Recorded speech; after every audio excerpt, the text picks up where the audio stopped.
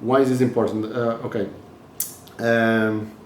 Since the beginning of informatics, we always been able to move data around. If you think in file systems, you can move files around, copy paste them from wherever you want to wherever you want.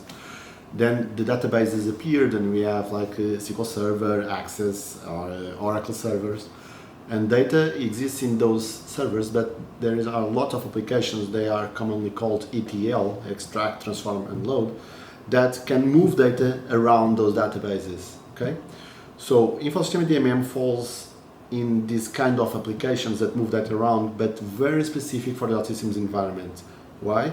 Because the OutSystems environment like places a layer that we call the meta model, the OutSystems meta model, around the data itself in the database.